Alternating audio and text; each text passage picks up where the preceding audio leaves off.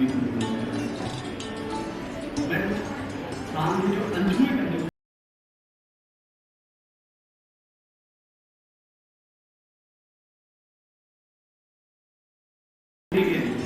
मतलब ये देखो अभी तक जितनी बातें हुई उनमें काफी जो लिमिटेशन अगर हिंदुस्तान की बोले तो वो लिखी गई मतलब ये कि इसमें लड़कियां काम नहीं करती थी, इसमें अश्लीलता होती है या इसमें बंदे चीजें होती हैं, इसमें लड़कियां बात नहीं कर सकती। तो मैं इन दो जो मेरे हैं उनसे बात करूँगा। वैसे कि इसकी स्थिति है वर्तमान की टाइम जैसे राष्ट्रपति का कि आपसे बात की जाए तो आप जवाब भी नहीं पाएंगे कि काम क्या है। अगर यहाँ एक फिल्म का कोई सेमिनार होता तो मुझे लगता है कि बाहर से भी हमें ऑडियंस को रोकना पड़ता। तो ये हमसे बहुत दूर है और इस विधा में और आपकी जनरेशन में बहुत ज्यादा गैप आ चुका है, क्योंकि सबसे बड़ी खामी इसकी ये है क्योंकि इस विधा में आपने आप को मॉडर्न नहीं किया और ये विधा पिछड़ती जा रही है।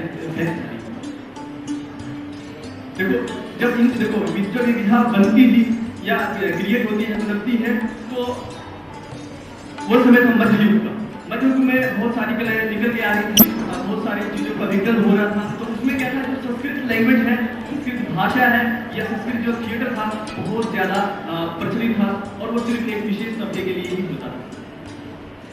लेकिन जो फोक थिएटर है वो सिर्फ गांव में ही होता था, ग्रामीण प्रदेश में होता था।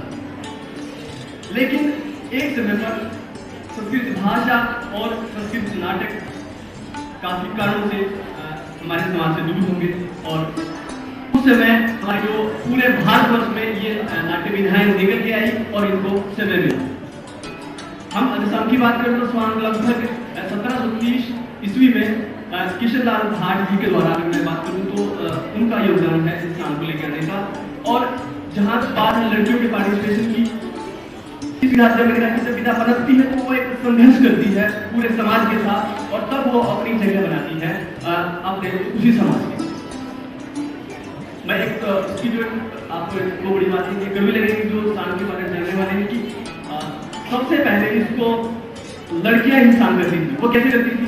उस समय की अगर बात करें 1700 ईस्वी के बाद तो उस समय आर्थिक हालत बहुत कमजोर होती थी और हमारे समाज की जो बहुत कमजोर हालत थी तो उस समय जो हमारे मनोरंजन के साधन थे वो क्या थे, वो मुजरा और नकल होते थे, नकाल होते थे। मुजरे वाली जो औरतें होती थी वो मुजरा करती थी और नकल करने वाले कॉमेडी करते थे।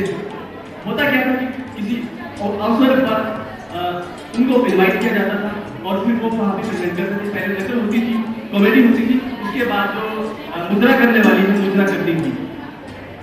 तो ये एक आर्थिक रूप से बहुत जो स्ट्रॉन्ग होती थे वो उनको इनवाइट करते थे। लेकिन जो दूसरा तबका था वो ऐसा करने में असमर्थ थी। तब इस कमी को किशनलाल भाट ने देखा, उसने महसूस किया इन चीजों को कि इसको कैसे बचा जा सकता है और किस प्रकार एक विधा बन सकती है। तब उन्होंने फर्स्ट टाइम पहली बार पुरुषों के द्वारा उस विधा को नया रूप दिया। मतलब एक आम आदमी एक मुद्रा करने वाले को या नकालों को इनवाइट नहीं कर सकता, उनको कहीं तक अपने पास रख नहीं सकता। इसलिए क्या था कि उन्होंने उनको नया रूप दे दिया, सारे काम पुरुष ही करने लगे। तब से ये मेरा विजन था स्वांग में आदमियों के काम करने का, जो मुझे लगता है बहुत सॉलिड पॉइंट है। सांग का बहुत गौरवशाली इतिहास रहा है, बहुत सारी परंपराएं बनी हैं, बहुत सारे सांगियों ने प्रेजेंट किया है, बहुत सारे सांगियों ने अपने अपने शैली से अपने शिल्प से इसको अलग अलग तरीके से प्रस्तुत किया है, प्रस्तुतियां दी हैं। मैं बस आखिर में सोचता हूँ कि सुझाव पे बात करूँ तो मुझे लगता है अच्छा है। देखो जहाँ तक है बात सुझाव की तो सबसे पहले जो इसकी लिमिटेशन है, मुझे लगता है इसकी जो लिमिटेशन है वो तोड़नी चाहिए। अगर इसमें लड़कियां पार्टिसिपेट करें, आज के टाइम में आप देखो कि ऐसा कौन सा क्षेत्र है जहाँ लड़कियां पार्टिसिपेट नहीं कर सकती?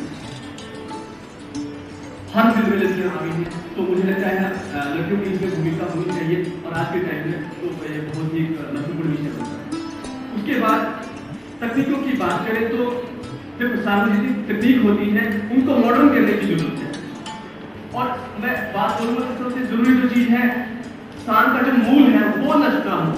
मतलब देखने वाला ये बोले कि ये सांग है लेकिन ये है क्या, मतलब उसका मूल नशा हो, लेकिन जो सारी चीजें और बाहर की चीजें हैं वो मॉडर्न टाइप में, मान लो प्रोजेक्टर है, ये भी मुझे लगता है, या अगर उसमें जो इंस्ट्रूमेंट मान लो बजते हैं तो उसमें मैं सोचता हूँ कि गिटार भी बजते हैं मॉडर्न हो।